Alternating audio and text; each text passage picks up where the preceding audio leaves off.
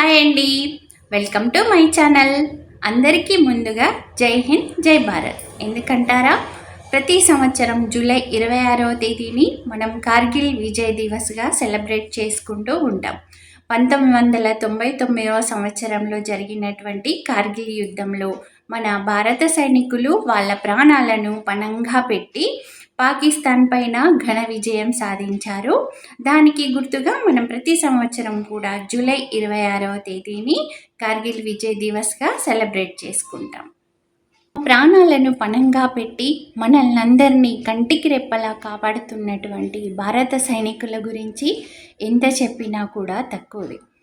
ముఖ్యంగా మంచు కొండల్లో, గడ్డకట్టే చలిలో, ఎడారుల్లో, లోయల్లో నిద్రాహారాలు మాని వారి వారి కుటుంబాలకు దూరంగా ఉంటూ ఎక్కడి నుంచి శత్రుమూకలు వచ్చి వాళ్ళపైన దాడి చేస్తారో ఇవన్నీ కూడా ఏమీ లెక్క చేయకుండా మనకు రక్షణ కల్పిస్తున్నటువంటి సైనికులందరికీ కూడా మనమందరం గర్వంగా సెల్యూట్ చేయాల్సింది. ఈ కార్గిల్ వార్ 1999వ సంవత్సరం మే 3న స్టార్ట్ అయ్యిందండి. హిమాలయాల్లోని ఘర్కోమ్ అనే గ్రామంలో ఒక గొర్రెల కాపరి తన తప్పిపోయిన గొర్రెను వెతుక్కుంటూ దారి వెంట వెళ్తూ ఉన్నాడంట. అతను వెళ్తూ ఉంటే కొందరు అతనికి డౌట్గా అనిపించారంట. సైనిక దుస్తుల్లో ఉన్నటువంటి పాక్ చొరబాటుదారులు కొద్దిగా అమ్యునేషన్ అవన్నీ తీసేసుకొని ఇంకా మన ఎల్ఓసి దగ్గరలో బంకర్లు తవ్వడానికి ట్రై చేస్తున్నారంట. మనకి ఎలా అంటే ఇప్పుడు ఈ బార్డర్స్ దగ్గర ఉండేటటువంటి మామూలు ప్రజలకి కూడా మన భారత సైనికులు ఎలా ఉంటారు, చొరబాటుదారులు ఎలా ఉంటారు అనేటటువంటి కొద్దిగా కామన్ నాలెడ్జ్ ఉంటుందండి. అతనికి డౌట్ రాగానే వెంటనే దగ్గరలో ఉన్నటువంటి భారత సైనిక శిబిరానికి వెళ్ళేసి ఇలా జరిగిందని అక్కడ ఉన్నటువంటి మన భారత సైనిక అధికారులకు చెప్పాడంట. గొర్రెల కాపరి మాటలు విన్నటువంటి కెప్టెన్ సౌరభ్ కాలియా 5 భారత సైనికులతో కలిసి పాక్ చొరబాటుదారులు ఎక్కడైతే ఉన్నారో అక్కడికి చేరుకున్నారంట. ఈ పాక్ చొరబాటుదారులు మన కెప్టెన్ సౌరభ్ కాలియాని ఇంకా అతనితో కలిసి వెళ్ళినటువంటి 5 భారత సైనికులని బంధించి పాకిస్తాన్ తీసుకొని వెళ్ళి చిత్రహింసలకు గురి చేసి చివరికి వారిని చంపేశారు. ఇలా మే 3వ తేదీ 1999వ సంవత్సరంలో కార్గిల్ యుద్ధం అనేది పాక్ చొరబాట్లతో ఇంకా స్టార్ట్ అయ్యింది. పాక్ చొరబాట్లు Dras sector, Kaksar sector, Mushkoh sectors ద్వారా జరుగుతున్నాయని భారత సైన్యం కనిపెట్టింది. అయితే ఈ చొరబాట్లను ఆపటానికి, శత్రుముఖలను తరిమికొట్టడానికి ఆపరేషన్ విజయ్ పేరుతో కార్గిల్ వారైతే స్టార్ట్ అయ్యింది. వారిలో పాకిస్తాన్ వాళ్ళు పర్వతాలపైన ఉండటం, మన భారత సైనికులు పర్వతాల కింద వైపున ఉండటం మనకు కొంచెం కష్టం కలిగించిందండి, నష్టం కూడా వాటిల్లింది.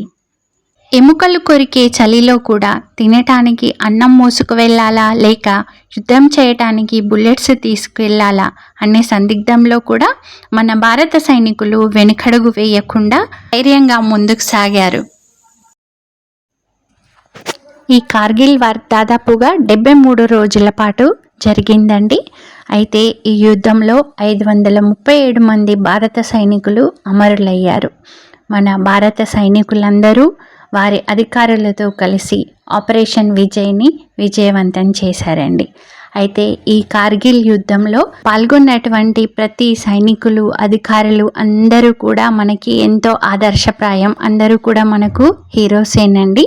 అయితే ఈ కార్గిల్ యుద్ధంలో పరమవీర చక్ర అవార్డు పొందినటువంటి కొంతమంది గురించి నేను మీకు డీటెయిల్స్ షేర్ చేస్తానండి.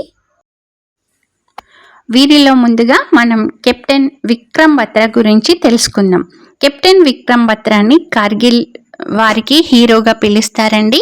ఇతను తన టీంతో కలిసి పీక్ నంబర్ 5140ని ముందుగా పాక్ నుంచి స్వాధీనం చేసుకున్నారు. అయితే వీళ్ళు ఈ పీక్ను స్వాధీనం చేసుకోవడానికి ఏ దిల్ మాంగే మోర్ అనే విజయ సంకేతంతో ముందుకు సాగారు. పీక్ నంబర్ 5140ని స్వాధీనం చేసుకున్న తర్వాత పీక్ నంబర్ 4875ని పట్టుకోవడానికి మరో మిషన్కి విక్రమ్ బత్రా వెళ్ళారు.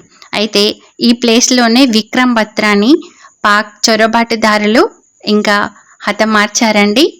4875 పీక్ దగ్గర కెప్టెన్ విక్రమ్ బత్రా అమరుడయ్యాడు. ఇతనికి అతని మరణానంతరం పరం వీర చక్ర అవార్డు లభించిందండి. తర్వాత మనం తెలుసుకోవాల్సింది గ్రెనేడియర్ యోగేంద్ర సింగ్ యాదవ్.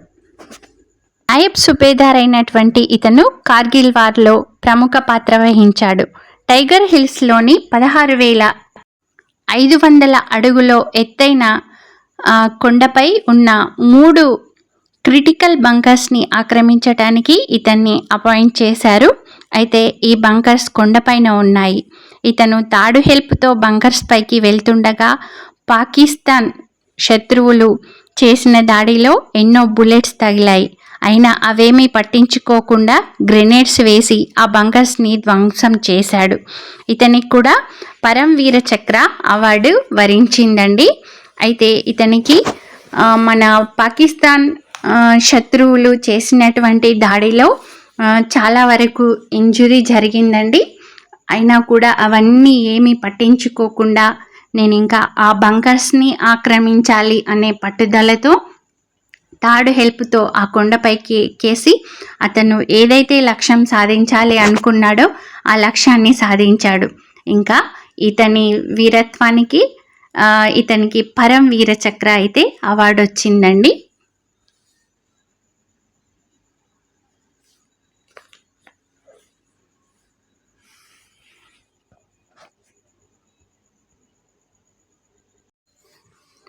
ఇలా చెప్పుకుంటూ పోతే చాలామంది కార్గిల్ యుద్ధంలో ప్రముఖ పాత్ర వహించి అమరులయ్యారండి. కార్గిల్ యుద్ధంలో అమరులైనటువంటి ప్రతి సైనికుడికి కూడా మనం కన్నీటితో వీడ్కోలు చెప్పుదాం. కార్గిల్ యుద్ధంలో పాల్గొన్నటువంటి ప్రతి సైనికుడు కూడా హీరోని. వారి వల్లనే మనం ఈరోజు ఇంత ప్రశాంతంగా మన కుటుంబాలతో ఉండగలుగుతున్నాం. భారత సైన్యంలో ఉన్న ప్రతి సైనికుడికి కూడా నా హృదయపూర్వకంగా గర్వంగా జోహార్లు. మనకు ఎప్పుడైనా భారత సైనికుడు కానీ సైన్యంలో పనిచేసి రిటైర్డ్ అయినటువంటి మాజీ సైనికుడు కానీ కనిపిస్తే ఒక్కసారి సెల్యూట్ కొట్టి చూడండి. అతని మనసంతా కూడా భారతీయతతో నిండిపోతుంది. ఇదండి కార్గిల్ విజయ్ దివస్ స్టోరీ. మీ అందరికీ కూడా ఈ వీడియో నచ్చిందని అనుకుంటున్నానండి. ఈ వీడియో చూస్తున్న వాళ్ళందరూ కూడా ప్రతి ఒక్కరూ జై హింద్ అని కామెంట్ సెక్షన్లో కామెంట్ చేయండి. మీరందరూ కూడా ఈ వీడియోని మీ ఫ్రెండ్స్కి, రిలేటివ్స్కి అందరికీ షేర్ చేయండి. ఎందుకంటే భారత సైనికుల గురించి, కార్గిల్ విజయ్ దివస్ గురించి అందరూ తెలుసుకోవాలి కదా. నా ఛానల్ని ఎవరైనా సబ్స్క్రైబ్ చేసుకొని వాళ్ళు ఉంటే వెంటనే సబ్స్క్రైబ్ చేసుకోండి. Thanks for watching. మరొకసారి జై హింద్, జై భారత్.